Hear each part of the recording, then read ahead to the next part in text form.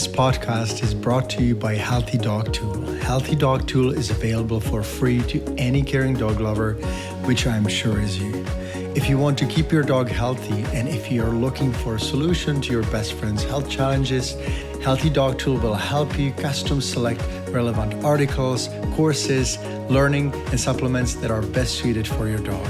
Veterinary care is expensive, and learning how to prevent problems or treat them naturally without drugs and undesirable side effects is the best way to go. All you need to do is to go to healthydogtool.com to test it out.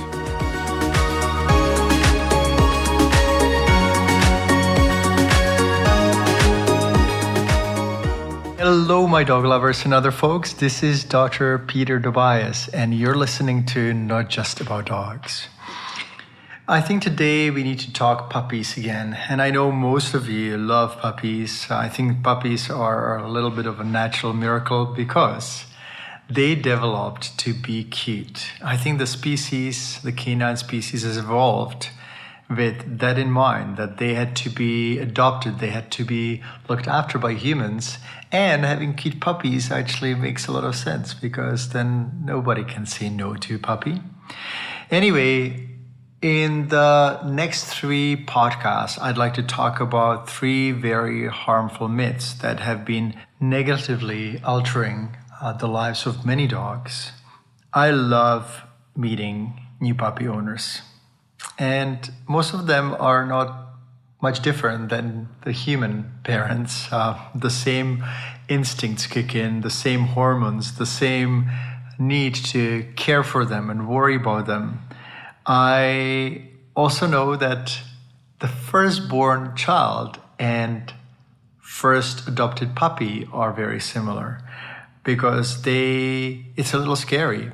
People worry about whether they're doing the right thing, and it's harder to recognize a good advice from the bad one. Most puppy parents are told not to socialize their puppies with other dogs until they're about 16 weeks old, when all the vaccines are done. But this is an equivalent of an 8-year-old child. Imagine that someone would tell you that your child cannot play with other kids, other children, until they're 8 years old. Obviously, there would be problems. I hear so many veterinarians and also dog lovers object, but puppies can get serious diseases like distemper, parvo, and they must not see other dogs until they're fully vaccinated. But is this really true? Similar to children, dogs need to be socialized early to be well adjusted, less fearful or aggressive. And for some, this may be a real dilemma because common sense tells them that dogs should see other dogs and puppies should see other puppies. And at the same time, they're being told that their puppy should not see other dogs. But I think that there is an easy solution, and I'd like to explain this. Whenever I am faced with a difficult choice or some sort of dilemma, I ask one simple question: what does nature do? In nature, pups receive the maternal antibodies mostly from colostrum, the first milk fraction during the first 24 hours post-birth. Now, colostrum is rather clear, sticky, and a little more transparent liquid than milk, and the mother produces it right after the birth. It is packed with immunoglobulins or antibodies that are destined or they're made to protect the puppy against the most common diseases that dogs carry, such as parvovirus, distemper, leptospirosis, and others. There are other diseases that dogs are often vaccinated against, such as parainfluenza, canine coronavirus, which is not the COVID one, and infectious tracheobronchitis or kennel cough. But these diseases are much less serious and also less common. Well, kennel cough is common, but it is not really a serious problem. It's like a cold. Some people may ask, how about rabies? Unfortunately, rabies is different than other diseases, and the antibodies cannot be transferred from the mother to the puppies, and therefore dogs that get colostrum are not protected against rabies. But nature has it all figured because wolf puppies or coyotes do not really get vaccines. So how do the puppies survive? How do they get immunity? In fact, nature has a plan that works very well, and I have not seen it fail once in 30 years. This is why I feel super comfortable to give you a suggestion that will allow you to socialize your puppy as early as 8 or 12 weeks of age. I hear some people saying, but my veterinarian says that I have to do all 3 sets of vaccines. Are they wrong or not? I don't necessarily like using the word wrong because wrong is a strong word. I would say everyone has a slightly different opinion. Maybe people have been misinformed and veterinarians have been miseducated. Are you wondering by whom? Well, they're vaccine companies who educate the students and also the teachers. And unfortunately, teachers don't often question motives of vaccine manufacturers enough. For them, the ultimate goal is to sell the most vaccines possible, and they have a long history of exaggerating the number of vaccines needed to keep our dogs immune. Now, for decades, we've been told that dogs need yearly boosters until fairly recently, when research has confirmed that dogs maintain antibodies or protection for many years post-vaccination. In fact, some of these antibodies last for a lifetime, and if not lifetime, quite a few years. So all you need to do is to just follow the money and the picture is really clear.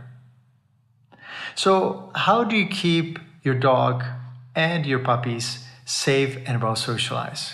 Well, when puppies receive colostrum, they're protected until their immune system matures and is capable of producing their own antibodies against the most common diseases.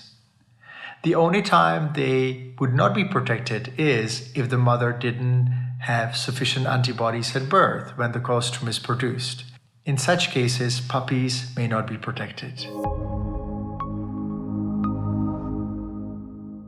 Now you're probably wondering what you can do to keep your puppy safe. Well, there are a few things that you can do. And the first thing that I usually recommend is to check the pregnant mothers for antibodies, do so-called titer test. Now, if you do have access to the mother, you can do that anytime during the pregnancy or shortly after birth to find out whether the antibody levels are present. Now, if the antibodies are positive, then it's very likely that the mother will pass the antibodies on to the puppy, especially when they get the first 24 hours colostrum. And most puppies do. It would be very rare that puppies would not get the first feeding during the first 24 hours. Now, if you don't have the information available, don't worry, because there is another step that you can do or take. You can check your puppy's antibody levels at the age of 12 weeks. Now, I don't really like to take blood samples from puppies that are 8 weeks or younger than 12 weeks. It's a little too traumatic for them, and it's not necessary because most puppies are protected by the colostrum from the mother. Now, at 12 weeks, you can check the titer test or collect blood sample and run the antibody test. And if it's positive, that's the time you start actually taking your puppy to moderately dog-dense places. I don't necessarily mean dog parks, but trails and other places where there are few dogs. Your puppy can have a play session, and the immune system can start learning about the pathogens while it is protected by the maternal antibodies. Now, if anyone objects to this, I have only one answer. Nature knows the best. And this is what would exactly happen in the natural settings. Puppies would not be isolated from adult dogs. They would be actually challenged, and they would gradually learn how to produce their own antibodies. Now, there's a possibility that the puppy will not have antibodies present. The titer test will come back negative. In those cases, you can give a vaccine at 12 weeks. And after that, I usually recommend checking another titer test a month later. Instead of giving a booster vaccine, most dogs are actually fine and they do not need another booster because they usually maintain their antibodies after just one vaccine. Now imagine, this is amazing. We are reducing the amount of chemicals, mercury, and not challenging the immune system as much. And at the same time, the antibodies are present. I recommend rechecking the titer test again at 5 months. It doesn't matter whether your dog was negative or positive or did get vaccines or not. At 5 months, it's another checkpoint. Again, if the antibodies are negative, you can vaccinate again. But if they're positive, then the next checkpoint is at 1 year. So I'm going to repeat this because it's super important. At 12 weeks, you run the first antibody test. If it's positive, you challenge your dog, socializing with other dogs and puppies on a moderately busy basis, no dog parks. And if your puppy is negative, then you vaccinate it at 12 weeks with just one vaccine. Now, you check the antibody test for the negative dog and vaccinated dog a month later. But for the positive dog, the dog that had or puppy that had positive sample at 12 weeks, I do not recommend checking anything until 5 months because it's very likely that the antibodies will actually persist. Now, the next checkpoint, once again, is at 1 year. And then after that is 2 years. And usually I see that dogs maintain the antibodies without further vaccination. So most of the time, dogs actually need either 0 vaccines to maintain distemper parvo protection, which is kind of bizarre, but it is true, and I've done it with both of my dogs and many times in the practice. Or worst case scenario, they get 1 or 2 vaccines. Now, this is quite different than what vaccine companies recommend. They tell us that puppies have to get vaccinated at 8 weeks, 12 weeks, and 16 weeks. Now, unfortunately, when they get vaccinated at 8 weeks, they will most likely become unprotected because the vaccine will neutralize the maternal antibodies. And this is the shocking discovery that I've made many years back. When I saw vaccinated puppies, I measured their antibody test. They usually were negative, and that's the scary part. So once again, the vaccine or the antigen, the virus or bacteria that the vaccine is made with, binds to the antibodies and neutralizes them. It's almost like it uses the antibodies. The vaccine uses the antibodies, and the puppies that are so young or this young cannot really make their own antibodies. So once again, do not vaccinate puppies at 6, 8 weeks. Do not vaccinate puppies before 12 weeks of age. This is really important for you to remember. And if anyone objects, you can either have an argument about the maternal antibodies and the protection from the mother, or just choose a different practitioner because this is proven by 30 years in practice. And I've never had this protocol fail. There's one caveat or note that I would like to make. Some practitioners try to distinguish between a protective titer and non-protective titer, meaning the level of antibodies, a quantitative evaluation of the antibodies. From my perspective and what I've seen in practice, when a puppy has antibodies, it doesn't really matter whether the titer is high or low. Usually they do respond to another viral challenge. So if the titer is positive, I would not be calling it low positive or high positive. It's just simply positive, and you will not need to vaccinate. Just a few minutes ago, I said that puppies should not be taken to dog parks. And the reason is not necessarily viral challenge or risk of infectious disease, but the fact that many puppies get tumbled and other dogs may be too rough or they scare it, and the socialization may not go as well as you imagine or as you wish. It happened to my dog, Sky, the first dog that I took him to a dog beach, and there was a really misbehaved dog that pinned him down and caused a lot of trauma to not only Sky but also myself. And I kind of blamed myself for this early trauma for the rest of Sky's life. So I try to usually take puppies to dog trails and places where they can play, but they're not too dense with dogs. In summary, puppies need the education too. They need to learn the ropes by receiving gentle, non-aggressive, but clear correction from other dogs.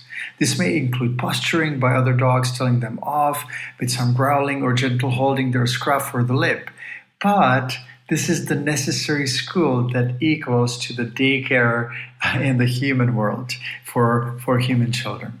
So, the nature's transfer of immunity is really simple. If you think of wolves and coyotes, they would first be protected by the maternal antibodies, and eventually the immune system will learn how to produce its own antibodies and will take over somewhere between 12 to 20 weeks, roughly. So I know that I may have given you a few shockers. The first one that some dogs that get vaccinated at 6 or 8 weeks become less immune than if they weren't vaccinated. And second, that some puppies can actually be fully immune for their lifetime without any vaccines. And this is something that vaccine companies do not necessarily want you to know, but it makes complete sense because in nature, puppies would be just exposed to other dogs while they're protected and they make their own antibodies. Now, the only exception is rabies, and I usually recommend vaccinating against rabies sometimes around 5 or 6 months. And you can also use a homeopathic treatment called Lysin 200C, Lyssin 200C, which will neutralize the negative side effects of rabies vaccine. Now, I know that some people speak against homeopathy. I've seen it being very helpful. I do not think that it's the only treatment that should be used in case of disease or problem, but it can be very helpful, and sometimes the changes are absolutely mind-blowing and very positive. I had one dog that I remember that was moving from Canada to New Zealand, and we vaccinated this dog. Sometimes dogs after rabies vaccine can become fearful. This dog was normal, well-adjusted dog, and suddenly a week after rabies vaccine, he started being afraid of coming even out of the house, out of the door. So we gave 1 dose of Lysin 200C, which is the potency, and the dog became normal after a couple of weeks again. But it took some time before the side effects disappeared. Now, I've seen this happening when it comes to distemper and parvo vaccine. You can start seeing mild symptoms of the disease that the vaccine prevent. And again, if you do give distemper or parvo vaccination, you can use a homeopathic remedy called Thuja, Thuja 200C, and you can give 1 dose and then repeat again in 2 weeks, and that should help to neutralize the side effects of vaccines. Now, most vaccines are safe when used wisely, but there is no need to vaccinate more frequently than necessary. Now, the reason for that is that any vaccination is a foreign substance being injected in the body and bypassing the natural gateways of entry, such as mouth and the nose. So, I usually compare it to, are you sleeping in the bed? Imagine you're sleeping in the bed, and instead of someone ringing the bell, a person jumps through the window. And that's how the body and the immune system feels. If you think of a general entry of disease, it usually is the mouth or the nose, with the exception of rabies or maybe Lyme disease, which is transferred by ticks and injected. But most of the time, the immune system has an ability or time to prepare for the invasion and the infection and can respond by creating antibodies very early on. So the vaccines can be a little bit of a shocker, especially when there are multivalent vaccines, the vaccines that have more than one antigen. I guess I should also talk about the common vaccine reactions. The most common vaccine reactions are allergic reactions or even anaphylactic shock, which is a very severe allergic reaction that can be life-threatening. If you see that your dog or puppy gets swollen right after vaccines, or even a few days after, you rush it to a veterinarian, and usually they administer some sort of antihistamine. I would recommend not giving your puppy steroid injections because they can affect the adrenal glands and the whole hormonal system even after 1 or 2 doses. So it's better using antihistamine and let the puppy be monitored by your veterinarian for a few hours, and usually the swelling goes down. Now, the other more severe side effects would be autoimmune disease such as anemia or platelet deficiency or destruction of the platelets. This happens when the body's immune system starts overreacting and starts creating antibodies against its own cells. That can happen when we give repeated vaccines. Some puppies, by the time they're 16 weeks old, they get 20 plus antigens, vaccines against 20 plus diseases. And it's a lot for the immune system. It's a situation that is very unnatural. In those cases, sometimes the immune system gets overreactive, and hemolytic anemia or platelet deficiency can happen. So the body does attack its own blood cells as an error in the whole process of immunity. Tumors at vaccination sites are more common in cats than dogs, but they still happen.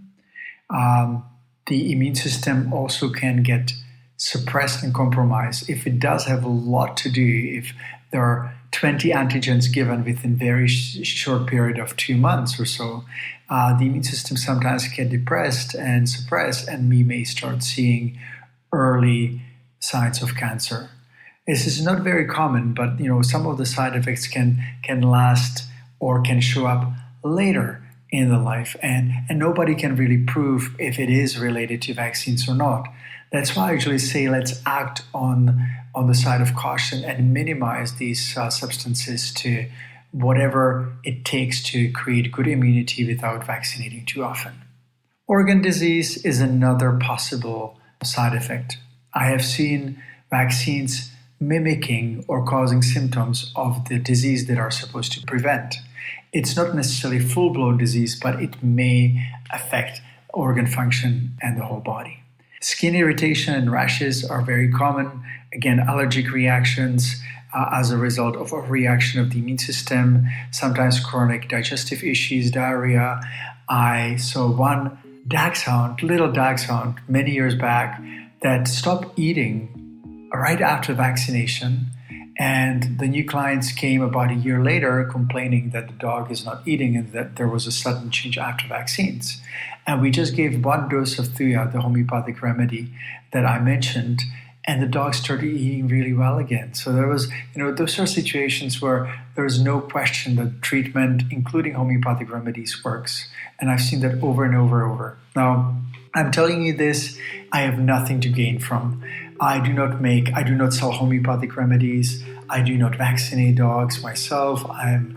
After 30 years, I am no longer in practice, and I decided to just share this information with you because I think it's super important to empower you and make sure that you will be able to make the best decisions for your dog and take the route of least regret.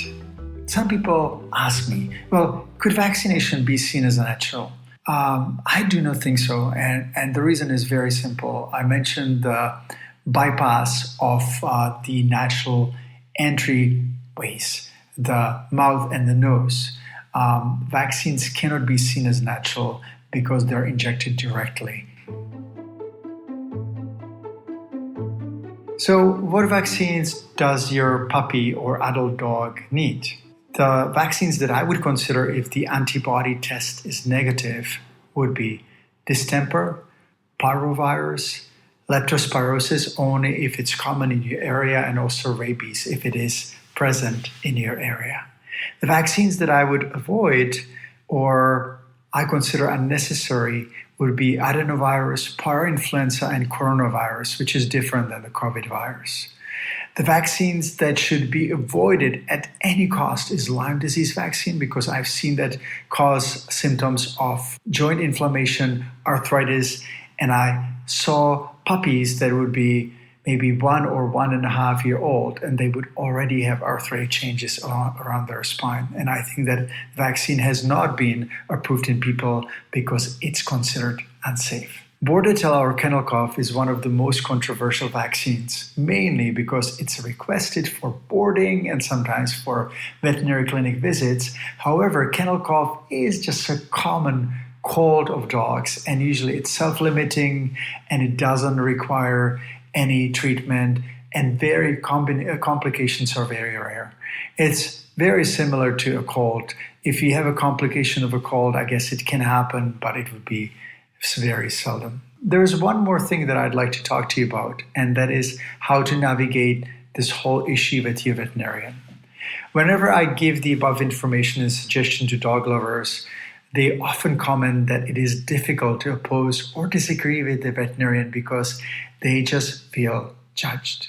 I understand this because the old approach to immunity is very much ingrained in the current veterinary medical system. I suggest that you remember that you are your dog's legal guardian, that you have your dog's life and health in your hands, and that you should go the route of least regret.